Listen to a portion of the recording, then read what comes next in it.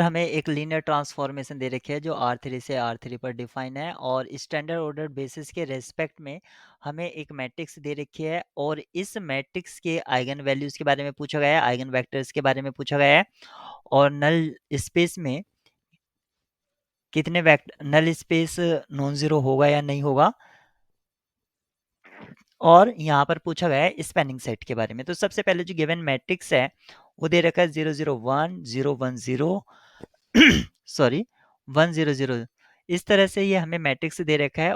तो सबसे पहले इस मैट्रिक्स को हम ए कॉल कर देते हैं और इसका डिटर्मिनेंट फाइंड आउट करेंगे। तो इसमें हम एलिमेंट्री रो ऑपरेशन लगा देंगे। तो फर्स्ट और लास्ट को इंटरचेंज कर देते हैं 100 010 और 001। दो रो को इंटरचेंज करने पर इसका जो डिटर्मिनेंट है वो नेगेटिव टाइम्स होगा यानी कि -1 टाइम्स। और गिवन मैट्रिक्स अब जो ये आया है इसको मैट्रिक्स भी समझ सकते हैं।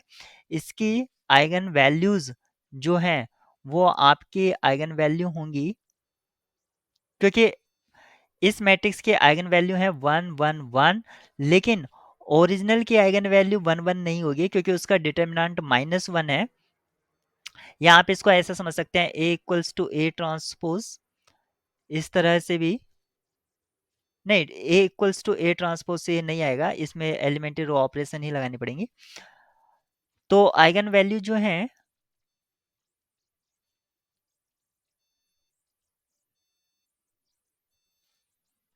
एक नेगेटिव आइगन वैल्यू होगी और बाकी दो आइगन वैल्यू पॉजिटिव होंगी क्योंकि डिटर्मिनेंट -1 है। और आप देख सकते हैं इसका ट्रेस 1 है तो यहाँ से ट्रेस भी आपका 1 आ जाता है। तो अब हमें आइगन वैल्यू मिल गई है।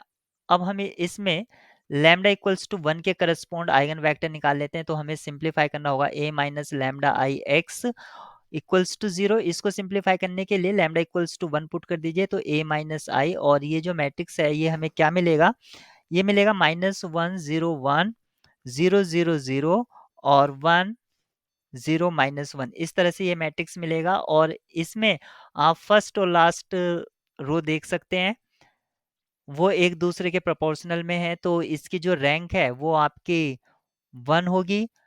Rank of this matrix a minus lambda I वो 1 है और नलिटी जो है वो 2 है यानी कि लैम्डा इक्वल्स टू 1 के करस्पॉन्ड हमें दो आइगन वेक्टर मिलेंगे क्योंकि यहाँ पर नलिटी बताती है नंबर ऑफ फ्री वेरिएबल। और आप इस मैट्रिक्स से लिख सकते हैं x minus X plus Z equals to 0 यानी कि x इक्वल्स टू जेड।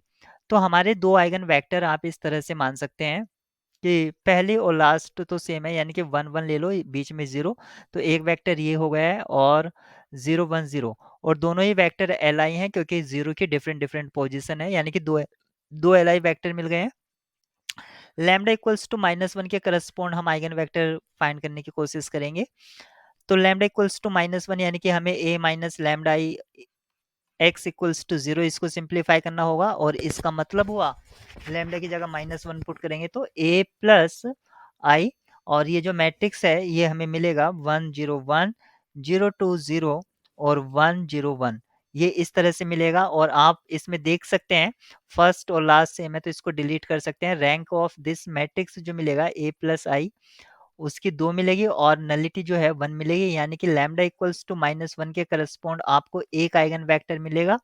और वो जो आइगन वेक्टर है वो आप यहाँ से देख सकते हैं y equals to 0 and x plus Z equals to 0 यानी कि 0 और 1 -1।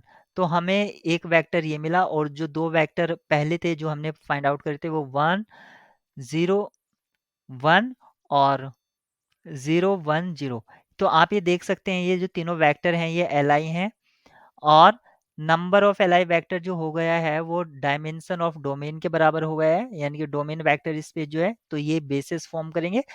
तो यहाँ पर लिखा गया है has eigen vector that span R cube तो ये बात सही है और अदर ऑप्शंस फॉलो हो जाएंगे। हैज डिस्टिंक्ट आइगन वैल्यूज तो ये बात गलत है क्योंकि आइगन वैल्यू जो है वो रिपीटेड आ रही है यहाँ पर और क्योंकि ये एमसीक्यू है तो अदर ऑप्शंस भी आपके फॉल्स होंगे।